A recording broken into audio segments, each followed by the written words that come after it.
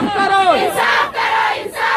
Governor साहब इंसाफ करो, पे बड़ा दो काम करेंगे, पे बड़ा दो काम करेंगे, वरना हम आराम करेंगे।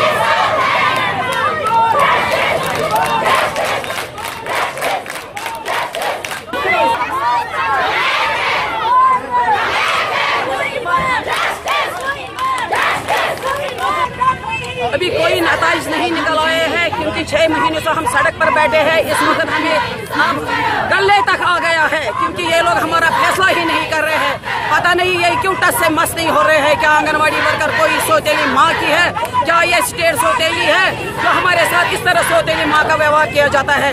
हम इनको शायद ये मालूम नहीं। बाकी स्टेटों में 15,000, 20,000, 18,000 रुपए पे है।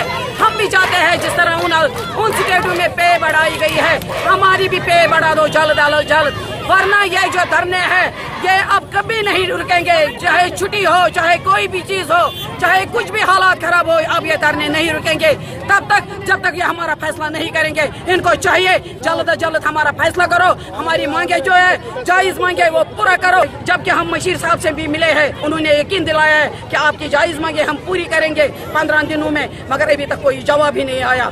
अब हम तंग आ चुके हैं। क्यों तंग आ गए? जब जंग आमद हम क्या करेंगे? अब जंग लड़ने के लिए आप तैयार हो गए हैं।